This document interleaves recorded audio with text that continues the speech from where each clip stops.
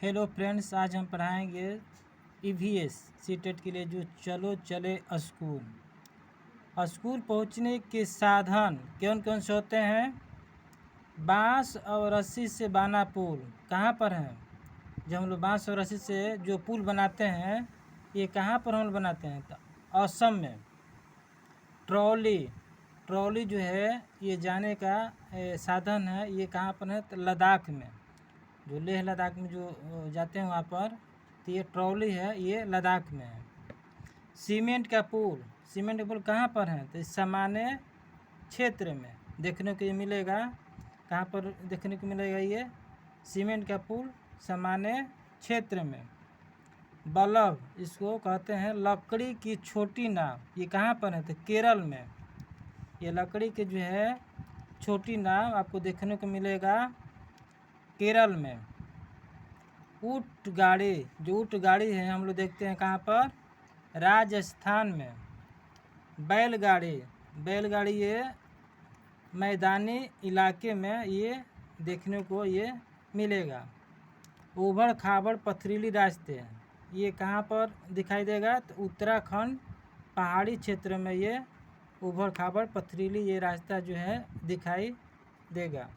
अब पार्ट 2 है, जो इस पाठ का नाम है कान कान में इस पाठ का नाम है, जो इस पाठ को हम आज अभी पढ़ा रहे हैं। किसके सिर पर आंखें होती हैं और छेद यानी कान पंखों से ढके होते हैं? पक्षियों के।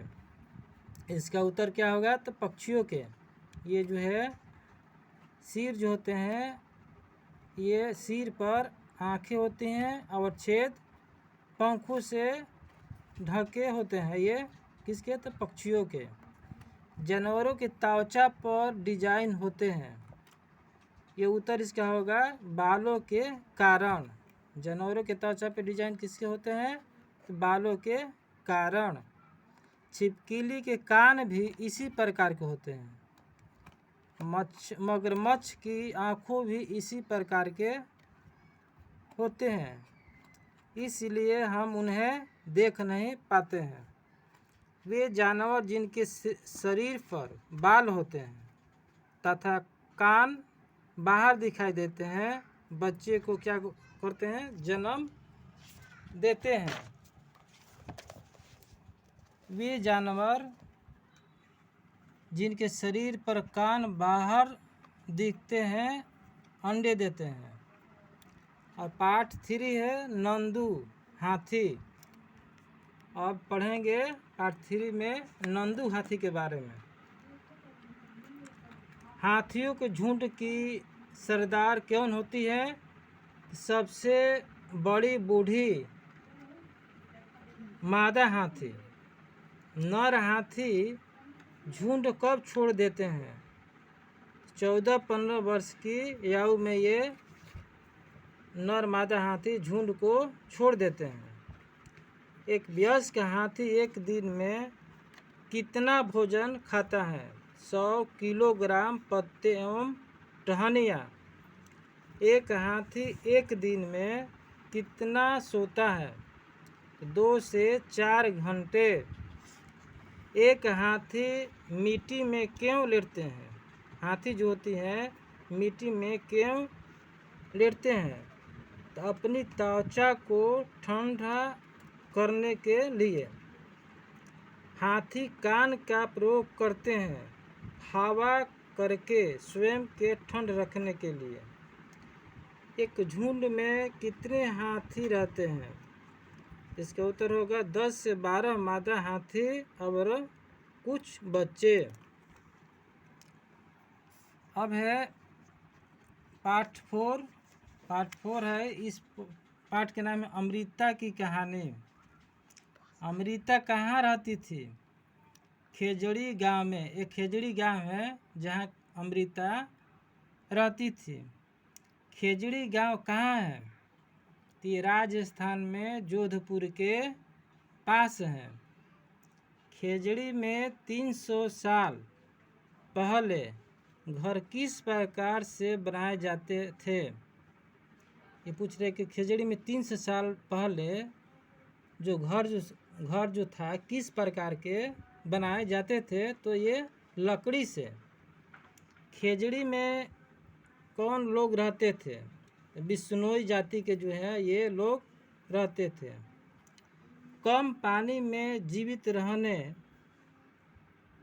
वाले पेड़ कौन से हैं? तो ये खिचड़ी पेड़ हैं। कम पानी में जीवित रहते हैं, इसके लिए ज़्यादा पानी की आवश्यकता नहीं पड़ता है। खिचड़ी, ये नोट में है कि खिचड़ी पेड़ की लकड़ी को कीड़ा खराब नहीं करता। इस पेड़ की यही विशेषता है कि जो खिचड़ी के जो पेड़ होते हैं लकड़ी को ये खराब नहीं करता। इसकी छाल दवा बनाने के काम आती थी। इस पेड़ की पत्तियां सब्जी के काम आती थी और इसकी पत्तियां यहाँ के जानवर खाते थे। अब पाठ 5 है, इस पाठ का नाम है अनीता की मधुमक्खियाँ। अनीता कहाँ रहती हैं? तो बेचाहा गांव में। बेचाहा गांव में अनीता रहती हैं। जो बेचाहा गांव कहाँ पर है?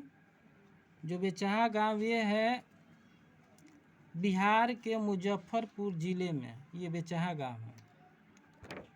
मधुमक्खी के छत्ते में अंडे जो है, मधुमक्खी के छत्ते में अंडे कौन देती हैं? तो रानी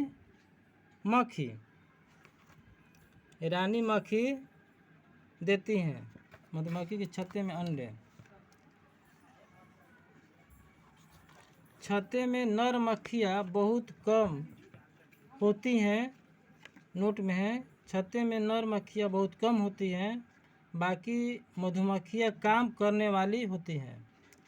लीची के फूल कौन से माह में निकलते हैं? तो फरवरी में। जो लीची के फूल जो निकलते हैं किस माह में? तो फरवरी में। मधुमक्खियाँ अंडे कब देती हैं? ये अक्टूबर से दिसंबर माह में ये मधुमक्खी अंडे देती